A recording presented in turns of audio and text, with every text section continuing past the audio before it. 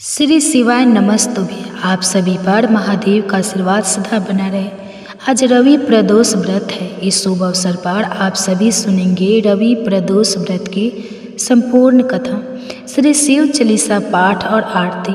अगर आप इस माह के प्रदोष व्रत की तिथि और शुभ मुहूर्त के साथ ही प्रदोष काल के समय के बारे में जानना चाहते हैं तो इसकी वीडियो हमारे चैनल पर अलग से अपलोड है, आप उस वीडियो को देख सकते हैं।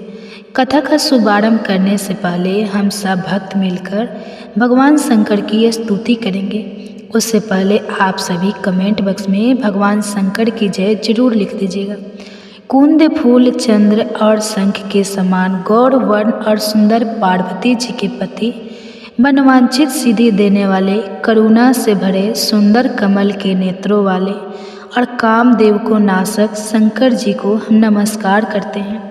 एक समय सभी प्राणियों के हितार्थ परम पावन भागीरथ नदी के तट पर ऋषि समाज द्वार विशाल गौष्ठी का आयोजन किया गया। इस महासभा में व्यास जी के परम शिष्य पुराण वेता श्री सूत जी महाराज हरि कीर्तन करते हुए पधारे। श्री सूत जी को आते हुए देखकर शौनक आदि 88,000 ऋषि मुनियों ने खड़े होकर उन्हें दंडवत प्रणाम किया। महाज्ञानी सूत जी ने भक्ति भाव से ऋषियों को हृदय से लगाया तथा उन्हें ढेरों आशीर्वाद प्रदान किया। तब विद्वान ऋषिगण और सभी शिष्य आसनों पर विराजमान हो गए। शौनक आदि ऋषि ने पूछा, हे पूज्य महामते, कृपया यह बताने का कष्ट कीजिए कि मंगलप्रद कष्ट निवारक रवि प्रदोष व्रत सबसे पहले किसने किया और उसे क्या फल प्राप्त हुआ। तब श्री सूत जी महाराज इस प्रकार कहने लगे, आप सभी शिव के परम भक्त हैं। आपकी भक्ति को देखकर मैं वृद्धि मनुष्य की कथा कहता हूँ। ध्यान पूर्वक सुनो।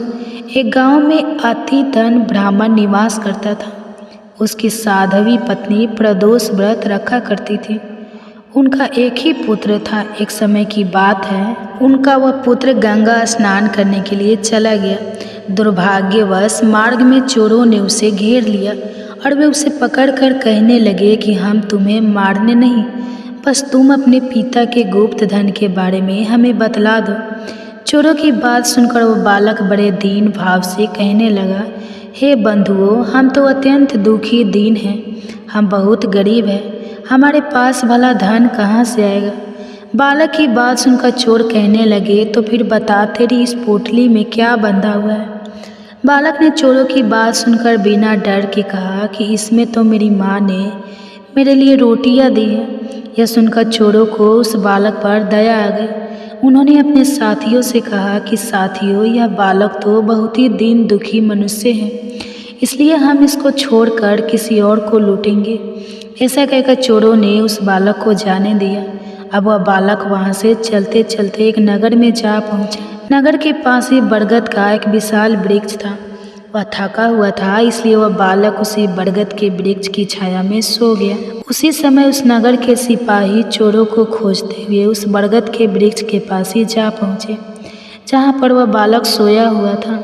वह बालक को चोर समझकर बंदी बनाकर राजा के पास ले गए। तब राजा ने उस बालक को कारावास में बंद करने का आदेश दे दिया। उधर ब्राह्मणी का लड़का जब रात होने तक घर नहीं लौटा तो उसे अपने बेटे की बहुत चिंता हुई। अब अगले दिन प्रदोष व्रत था। ब्राह्मणी ने प्रदोष व्रत रखा और भगवान शिव से सारा दिन मन ही मन अपने पुत्र की कुशलता की प्रार्थना करने लगी।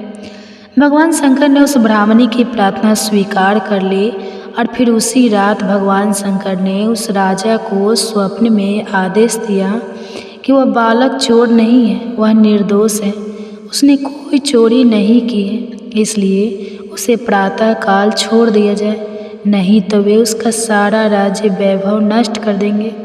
प्रातः काल राजा ने शिव जी की आज्ञा अनुसार उस बालक को कारावास से मुक्त कर दिया। बालक ने तब अपनी सारी कहानी राजा को कह सुनाई। बालक के मुँह से सारा वृत्तांत सुनकर राजा ने अपने सिपाहियों को उस बालक के घर भेजा और उसके माता पिता को अपने राज दरबार में बुलवाया।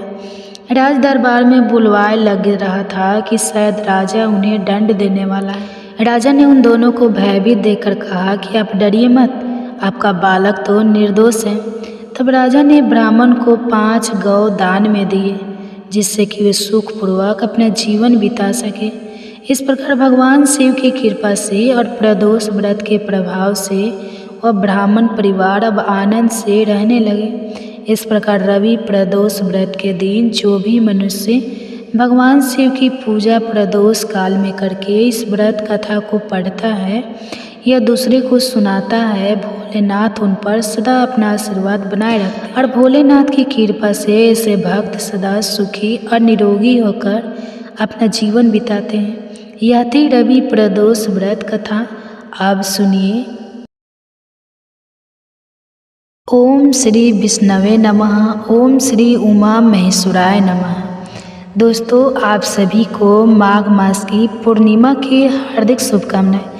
आज की इस वीडियो में आप सुनेंगे माघ पूर्णिमा की व्रत कथा। माघ पूर्णिमा की व्रत कथा तो प्रेम से बोलिए भगवान श्री विष्णु जी की जय, जय माता लक्ष्मी जी की जय। द्वापर युग में यशोदा माँ ने श्री कृष्ण से कहा कि हे कृष्ण, तुम सारे संसार के उत्पन्न करता, पालनहारी और संहार करता हो। आज मुझे कोई ऐसा व्रत बताओ जिसको करने से मृत्यु लोक में भी स्त्रियों को विधवा होने का भय न रहे तथा यह व्रत सभी मनुष्यों की मनोकामना पूर्ण करने वाला हो। श्री कृष्ण कहने लगे, हे माता, तुमने अति सुंदर प्रश्न किया है। मैं तुम्हें ऐसे एक व्रत के बारे में विस्तार से बताता हूँ। सौभाग्य की प्राप्ति के लिए स्त्रियों को 32 पूर्णिमा व्रत करना चाहिए। इस व्रत को करने से स्त्रियों को सौभाग्य की प्राप्ति होती है। यह व्रत अत्यंत सौभाग्य देने वाला और भगवान शिव के प्रति भक्ति को बढ़ाने वाला है। यशोदा जी कहने लगी, हे कृष्ण, प्रथम इस व्रत को मृत्यु लोक में किसने किया था? इस व्रत को किसने किया था, इसके विषय में विस्तार से मुझे बताओ। श्री कृष्ण कहने लगे, इस भूमंडल पर अनेक प्रकार के रत्नों से परिपूर्ण कार्तिक नाम की एक नगरी थी। वहाँ चंद्रहास नामक राजा राज्य करता था। उसी नगर में धनेश्वर नाम का एक ब्राह्मण था और उसकी स्त्री अति सुशीला रूपवती थी। दोनों ही उस नगरी में बड़े प्रेम से रहते थे। घर में धन धान्य आदि की कोई कमी नहीं थी, परंतु उनको बहुत बड़ा दुख था कि उनकी कोई संतान नहीं है। एक समय एक बड़ा योगी उस नगरी में आया।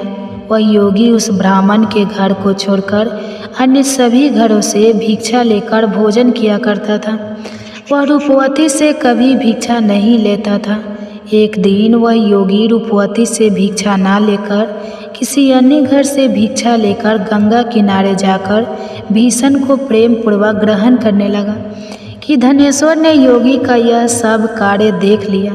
अपनी भिक्षा के अनादर से दुखी होकर धनेश्वर योगी से बोला, हे महात्मा, आप सब घरों से भिक्षा लेते हैं, परंतु आप मेरे घर की भिक्षा कभी नहीं लेते, इसका क्या कारण है?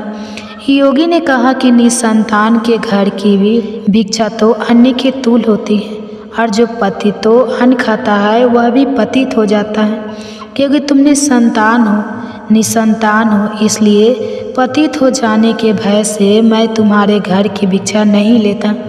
धनेश्वर योगी की यह बात सुनकर बहुत दुखी हुआ और हाथ जोड़कर योगी के पैरों में गिर गया और कहने लगा, हे महाराज, यदि ऐसा है तो आप पुत्र प्राप्ति का उपाय बताइए। आप सर्वज्ञानी हैं, मुझ पर कृपा कीजिए। हे भगवान, मैं धन की कोई कमी नहीं है, परंतु मैं पुत्र ना होने के कारण अत्यंत दुखी हूँ।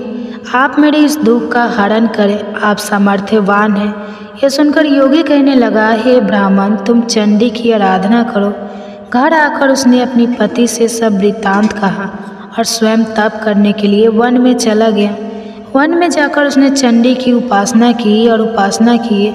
चंडी ने सवे दिन उसको स्वप्न में दर्शन दिया और कहा, धनेश्वर, जा, तेरे घर पुत्र होगा, परंतु वह 16 वर्ष की आयु में ही मृत्यु को प्राप्त हो जाएगा।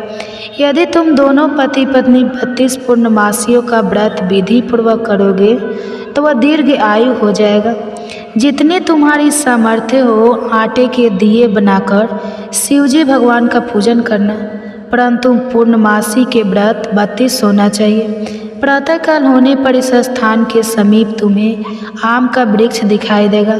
उस पर चढ़कर तुम एक फल तोड़कर शीघ्र ही अपने घर चले जाना और अपनी पत्नी से सब वृत्तांत कहना। ऋतु स्नान के पश्चाताप व स्वच्छ होकर श्री शंकर भगवान का ध्यान करके उस फल को खा लेगी। शंकर भगवान की कृपा से उसको गर्भ हो जाएगा। जब वह प्रातः काल उठा तो उसने एक स्थान के पास ही आम का वृक्ष देखा, जिस पर एक अत्यंत सुंदर आम का फल लगा हुआ था। उस ब्राह्मण ने उस आम के वृक्ष पर चढ़कर फल को तोड़ने का प्रयत्न किया, परंतु वृक्ष पर कई बार प्रयत्न करने पर भी वह चढ़ नहीं पाया। तब उस ब्राह्मण को बहुत चिंता हुई। तब विघ्न विनाशक श्री गणेशाय भगवान की वंदना करने लगा। हे दयानिधि, अपने भक्तों को विघ्नों का नाश करके उनके मंगल कार्यों को करने वाले, दुष्टों का नाश करने वाले, रिद्धि सिद्धि प्रदान करने वाले, आप मुझ पर कृपा करके इतना बल दे कि मैं अपने मनोरथ को पूरा कर सकूं। इस प्रकार गणेश जी की प्रार्थना करने पर उनकी कृपा से धनेश्वर वृक्ष पर चढ़ गया और उसने सुंदर आम के फल को तोड़ लिया। और धनेश्वर ने सोचा कि वरदान से फल मिला वो यही है और कोई फल तो दिखाई नहीं दे रहा। धनेश्वर ब्राह्मण ने जल्दी से घर जाकर अपनी पत्नी को वह फल दे दिया और उसकी पत्नी ने अपने पति के कहे अनुसार उस फल को खा लिया और वह गर्भवती हो गई। देवी जी की कृपा, असीम कृपा से उसे एक अत्यंत सुंदर पुत्र उत्पन्न हुआ, जिसका नाम उन्होंने देवी दास रखा। माता पिता के हर्ष और शोक के साथ वह बालक शुक्ल पक्ष के चंद्रमा के भांति अपने पिता के घर में बड़ा होने लगा। माता भवानी की कृपा से वह बालक बहुत ही सुंदर, सुशील, विद्या पढ़ने में बहुत ही निपुण हो गया। दुर्गा जी की आज्ञा अनुसार उसकी माता ने 32 पूर्णमासी का व्रत रखना आरंभ कर दिया, जिससे उसका पुत्र बड़ी आयु वाला हो जाए। 1.25 वर्ष लगते ही देवीदास के माता पिता को बड़ी चिंता हो गई कि कहीं उनके पुत्र की इस वर्ष मृत्यु ना हो जाए। इसलिए उन्होंने अपने मन में विचार किया कि यदि यह दुर्घटना उनके सामने हो गई तो वे कैसे सहन करेंगे। इसलिए उन्होंने देवीदास के इस मामा को बुलाया और कहा, हमारी एक बहुत ही बड़ी इच्छा है कि देवीदास 1 वर्ष तक काशी में जाकर विद्या अध्ययन करें और उसको अकेला भी नहीं छोड़ना चाहिए। इसलिए साथ में आप चले जाएं और 1 वर्ष के पश्चाताप इसको वापस ले आना। सब प्रबंध करके उसके माता पिता ने काशी जाने के लिए देवीदास को एक घोड़े पर बिठाकर उसके मामा के साथ भेज दिया, परंतु यह बात उसके मामा या किसी और से नहीं बताई। धनेश्वर तथा उसकी पत्नी ने अपने पुत्र की मंगल कामना तथा दीर्घायु के लिए भगवती दुर्गा की आराधना और पूर्णमासियों का व्रत करना आरंभ कर दिया। इस प्रकार बराबर 32 पूर्णमासी के व्रत को उन्होंने पूरा किया। कुछ समय पश्चात एक दिन वह मामा और भांजा मार्ग में रात बिताने के लिए किसी गांव में ठहरे हुए थे। उस दिन उस गांव में ब्राह्मण की अत्यंत सुंदर, सुशीला और गुणवती कन्या का विवाह हो रहा था। जिस धर्मशाला के अंदर वह और उसकी बारात ठहरी हुई थी, उसी धर्मशाला में देवीदास और उसके मामा भी ठहरे हुए थे। संयोगवश कन्या को तेल आदि चढ़ाकर मंडप आदि का कार्य किया गया तो लग के समय वर को धूर्णमाता हो गया। इसलिए वर के पिता ने अपने कुटुंबियों से विमर्श करके निश्चय किया कि यह देवीदास मेरे पुत्र जैसा ही सुंदर है, मैं इसके साथ ही लग्न करवा दूं और बाद में विवाह के अन्य कार्य में लड़के के साथ हो जाएंगे। ऐसा सोचकर देवीदास के मामा से जाकर बोला कि तुम थोड़ी देर के लिए अपना भांजा हमें दे दो, जिससे विवाह के लगन का सब कार्य सुचारू रूप से हो सके। तब देवीदास का मामा कहने लगा, जो कुछ भी वधू पक्ष से कन्यादान के समय वर को मिले वह सब हमें दे दिया जाए, तो मेरा भांजा इस बारात का दूल्हा बन जाएगा। यह बात वर के पिता ने स्वीकार कर लेने पर उसने अपना भांजा वर बनने के लिए भेज दिया और उसके साथ सब विवाह कार्य विधि पूर्वक संपन्न हो गए।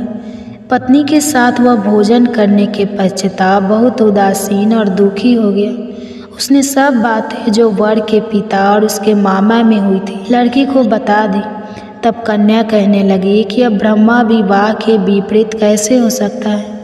देव, ब्राह्मण और अग्नि के सामने मैंने आपको ही अपना पति माना है, इसलिए आप ही मेरे पति हैं। मैं आपकी ही पत्नी रहूँगी, अन्य किसी की नहीं। देवीदास ने कहा, ऐसा मत करिए क्योंकि मेरी आयु बहुत कम है। मेरे पश्चाताप आपकी क्या गति होगी? इन बातों को अच्छी तरह विचार कर लो। परंतु वह दृढ़ विचारों वाली लड़की थी। वह बोली, जो आपकी गति होगी वही मेरी गति होगी।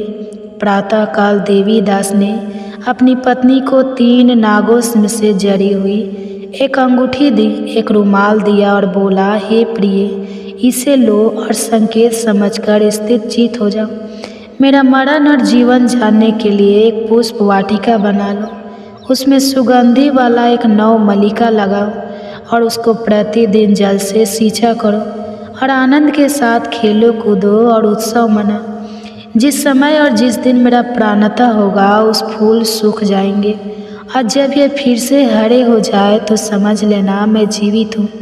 यह बात निश्चय करके समझ लेना, इसमें कोई भी संशय नहीं है। इतना कहकर देवीदास वहाँ से चला गया और प्रातःकाल होते ही वहाँ पर गाज बाज बाजी बजने लगे और जिस समय विवाह कार्य समाप्त करने के लिए वर तथा सब बाराती मंडप में आए तो कन्या ने वर को भली प्रकार से देखकर अपने पिता से कहा, यह मेरा पति नहीं है, मेरा पति वही है जिसके साथ रात्रि में मेरा पानी ग्रहण हुआ था। इसके साथ मेरा विवाह नहीं हुआ है। यदि यह वही पुरुष है तो बताइए कि मैंने इसको क्या दिया। वधु पक्ष और कन्या पक्ष कन्यादान के समय जो आभूषण आदि दिए गए थे वो दिखाए तथा रात में क्या गुप्त बातें मैंने इनसे कही वह सब सुनाई। पिता ने उसके कहे अनुसार वर को बुलाया। कन्या की यह सब बातें सुनकर वह कहने लगा, मैं नहीं जानता। इसके पश्चाताप लज्जित होकर वह वहाँ से चला गया और सारी बारात भी अपमानित होकर वहाँ से लौट गई।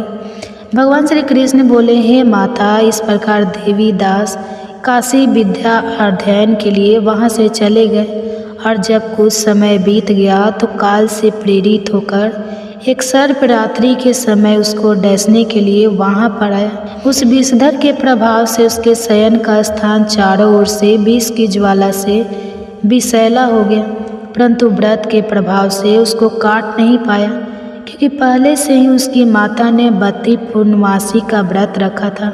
इसके बाद मध्याह्न के समय स्वयं काल वहाँ आया और उसके शरीर से प्राणों को निकालने का प्रयत्न करने लगा, जिससे वह मूर्छित होकर पृथ्वी पर गिर गया।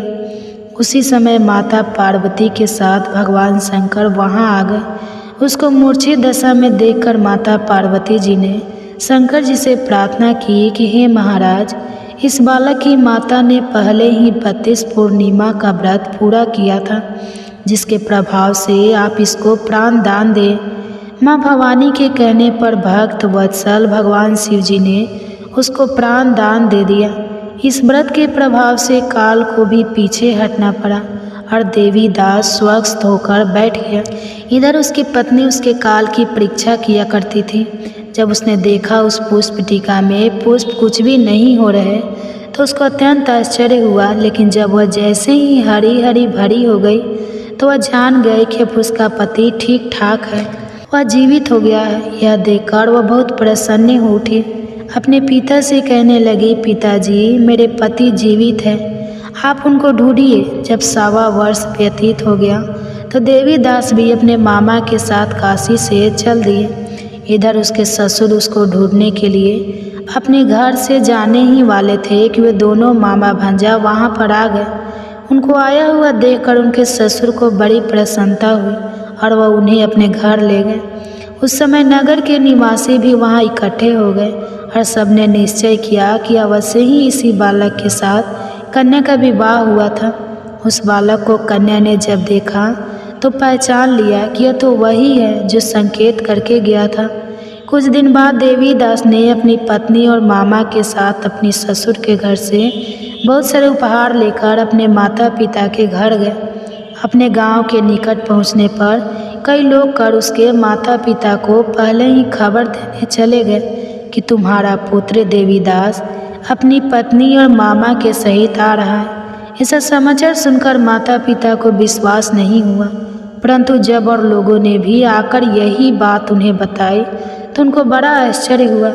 लेकिन थोड़ी देर में देवीदास ने आकर अपने माता पिता के चरणों में अपना सर रखकर प्रणाम किया और उसकी पत्नी ने अपने सास ससुर के चरणों को स्पर्श किया तो माता पिता ने अपने पुत्र और पुत्र वधू को हृदय से लगा लिया और दोनों की आंखों में प्रेम आंसू बहने लगे।